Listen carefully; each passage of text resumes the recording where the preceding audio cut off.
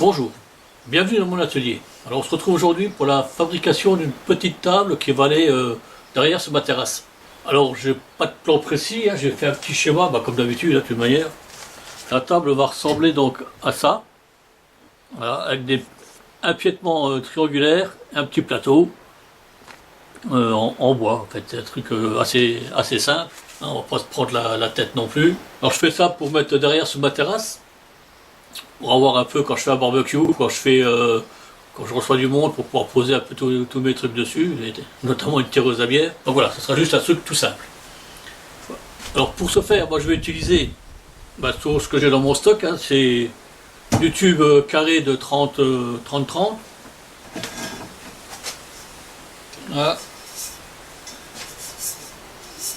On va utiliser ça. J'ai juste pile poil la mesure. Au-dessus, alors je ne sais pas si on va bien voir au niveau du plan, du petit dessin. Ici, je vais avoir un fer plat. Alors je vais prendre un fer plat, je vais voir ce que j'ai comme stock. Je pense que je vais prendre un fer plat de 100 que je vais poser dessus, de chaque côté, pour avoir une assise et pour pouvoir le fixer comme il faut. Mais bon, ça c'est à voir, comme j'ai pas vraiment de schéma, je vais avancer un peu au petit bonheur la chance. Et puis, on verra ce que ça va donner. Bon, donc on va commencer tout de suite par débiter les longueurs.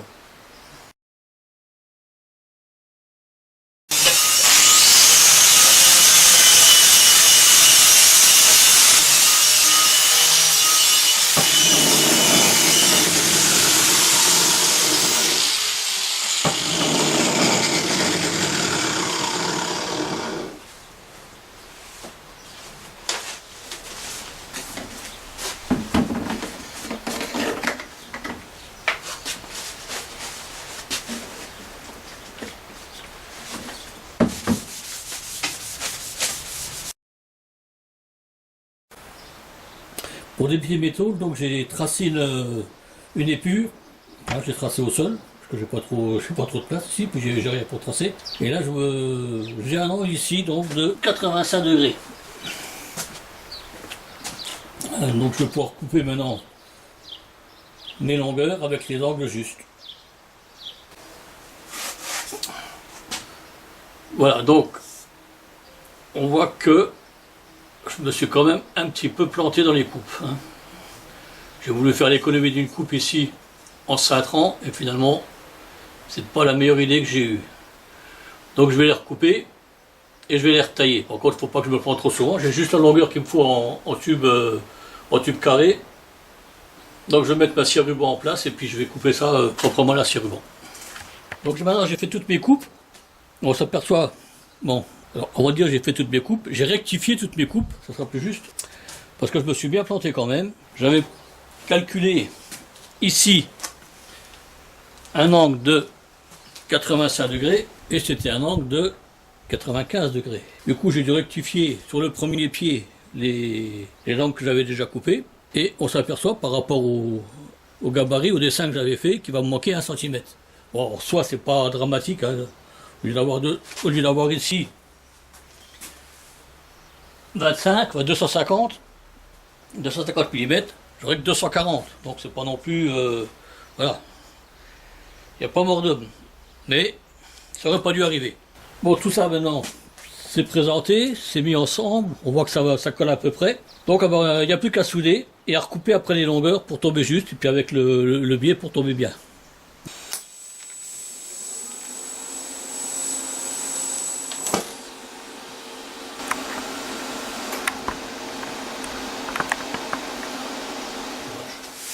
Voilà, j'attaque mon plateau bois maintenant pour ma petite table.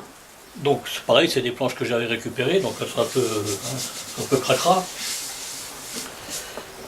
Voilà. J'ai découpé grossièrement, hein, j'ai pas les cotes exactes pour l'instant. Et je l'ai assemblé. Bon là je vais pas filmer parce que bon, c'est une coupe, la colle et puis on met des serre-joints. C'est pas non plus très compliqué. Mais là par contre je vais le surfacer, hein.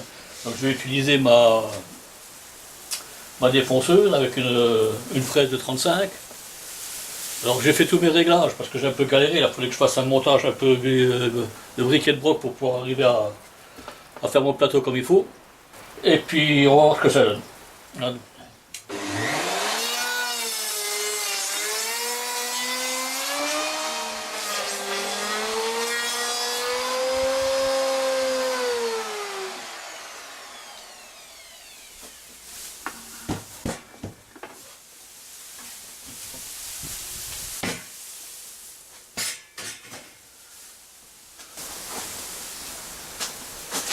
Alors, donc moi je vais utiliser une ponceuse à bande avec un grain de 80 et puis on va voir ce que ça donne.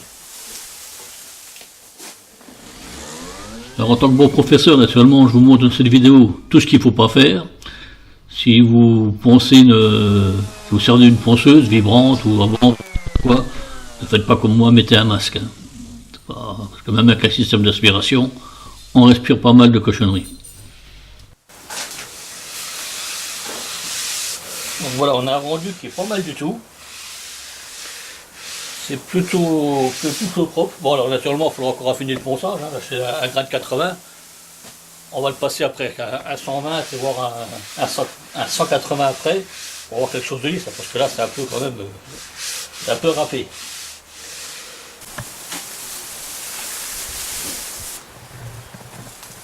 Donc après avoir fini mon plateau avec la défonceuse et la ponceuse, eh ben, je vais passer au moins 2 bonnes heures à tout nettoyer, parce que avec cette défonceuse, avec ce procédé, ben, on en fout partout. Il n'y a pas d'aspiration, j'ai pas de trucs comme ça. Donc maintenant ben, c'est opération nettoyage.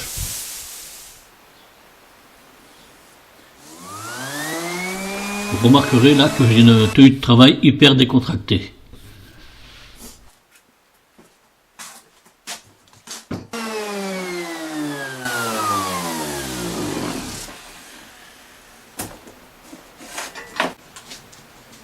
Voilà, donc maintenant j'ai fini de poncer mon plateau.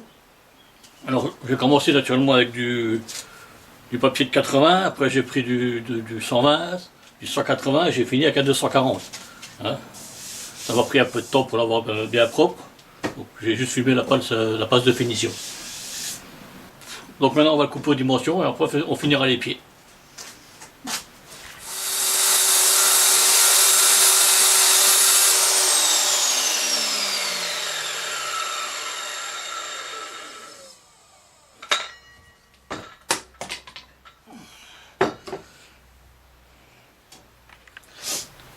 Donc voilà, mon panneau maintenant est fini.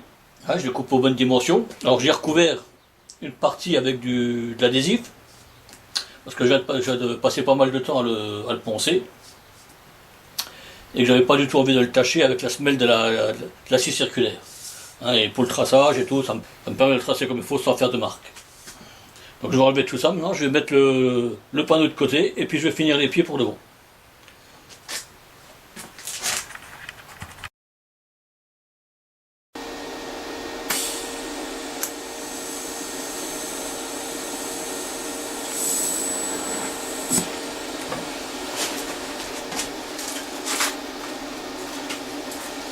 Naturellement, je vous déconseille de souder en short et en croc. Hein. C'est pas la meilleure idée qu'on pourrait avoir.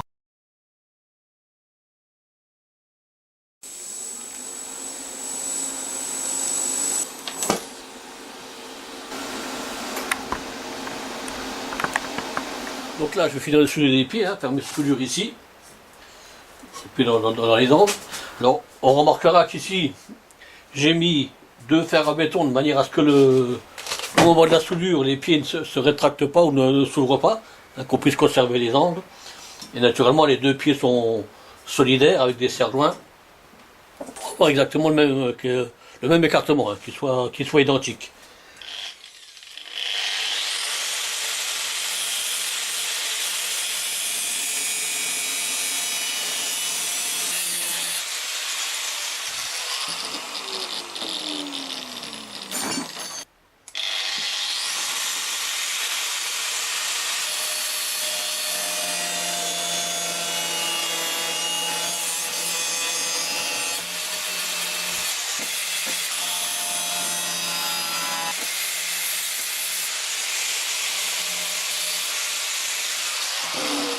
Donc là j'ai préparé les 2 plaques qui vont aller être fixées sur le plateau pour fixer les pieds.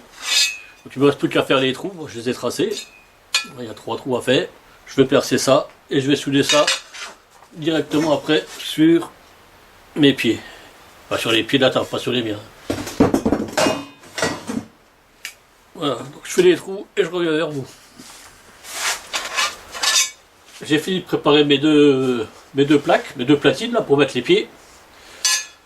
Donc comme là j'ai des platines qui font 100 mm et que les pieds que j'ai fabriqués pour 30 mm, Il me reste 70 mm, donc j'ai fait des cales en bois de 35 mm pour pouvoir centrer mes pieds sur mes platines sans trop mesurer.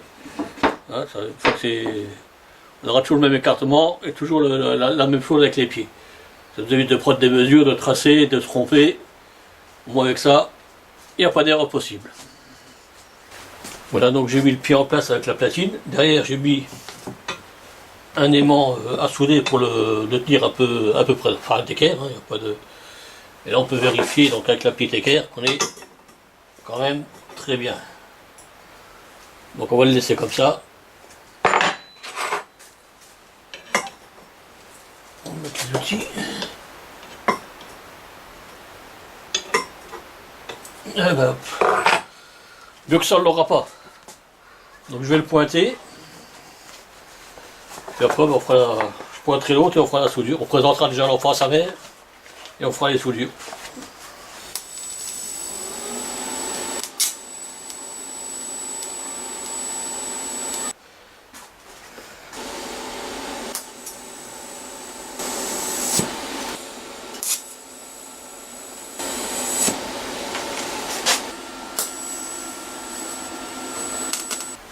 Voilà, naturellement là, vu la différence d'épaisseur entre les tôles, quand on amorce et quand on va souder, et même pour pointer, on pointe sur la grosse tôle. Hein, on amorce dessus, on fond la tôle et puis on la fait glisser sur la tôle qui est beaucoup plus fine, elle fond directement. Elle, hein. Sinon, c'est une misère à souder.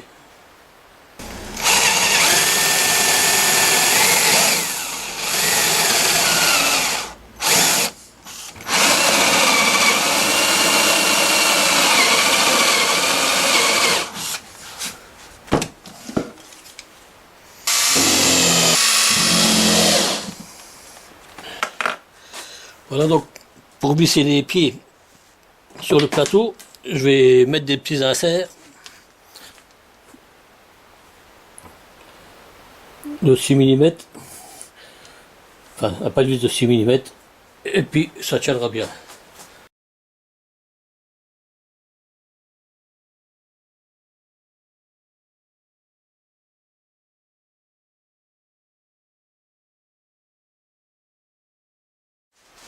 Voilà, donc là, on a fini de mener les soudures, hein, on a fait des surfaces propres. Bah, les pieds sont finis, hein, on a soudé les platines. Bon, par rapport au plan, au dessin de départ, moi j'ai juste rajouté ici une petite barre en fer à béton. Alors bon, j'ai un chef qui a décidé que c'était plus beau, plus propre, mieux, donc on l'a fait. Voilà. Quand le chef dit, on obéit. Voilà, donc maintenant ben, on va nettoyer tout ça, passer un coup d'acétone, et puis voir ce qu'on peut mettre comme vernis dessus. Bon, donc maintenant on va passer tout ça avec de l'acétone pour nettoyer un peu la ferraille. Et après, ah ben, on mettra un vernis. Alors c'est un rust converter, hein, ça combat la rouille en même temps. Et ça fait office de primaire. Bon, ça en plus, bon, si on le voit bien, il est mat. Donc voilà, enfin, c'est ce que moi j'utilise tout le temps. Il est pas cher et il est bien. Naturellement, quand on fait ça, on n'oublie pas le masque, parce que ça renifle un petit peu quand même. Hein. Et moi, bon, donc j'ai ouvert la porte de mon atelier pour éviter maximum d'odeur.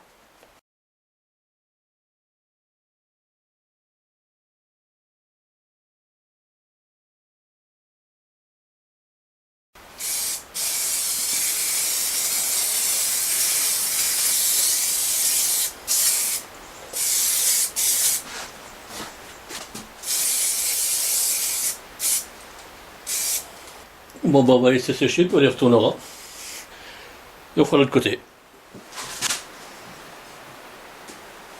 J'ai fini de vernir mes pieds en ferraille. Voilà. Voilà. Alors l'effet noir comme ça, ça vient du vernis, comme c'est un rush converteur. Il lui protège bien la ferraille et ça lui fait un effet un peu industriel. C'est un peu une but recherché. Pour les pieds, donc, comme je le disais, j'ai pris un vernis roche convecteur pour neutraliser la rouille et puis donner l'effet un peu industriel. Pour le bois, je vais prendre un vernis beaucoup plus classique, voilà, qui fait un peu toutes les surfaces et qui ne combat pas la rouille. Il est un petit peu moins cher et il fera très bien l'affaire. Donc voilà mon plateau. Et là je vais le poser donc, sur des tasseaux sur lesquels j'ai mis des pointes. Là, ça me permettra après de le retourner tout de suite. Ça minutes d'attendre que ça sèche et tout, ça ne fera pas de marque sur le plateau. À ce moment j'ai pris soin de taper un peu les têtes pour que ça ne fasse pas de trou dedans.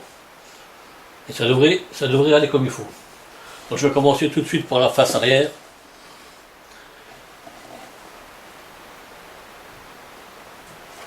Hop là, voilà.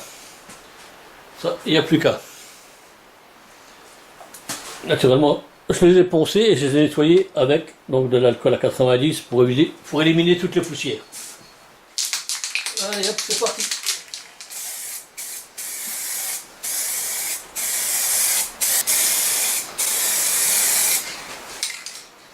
Voilà pour une face.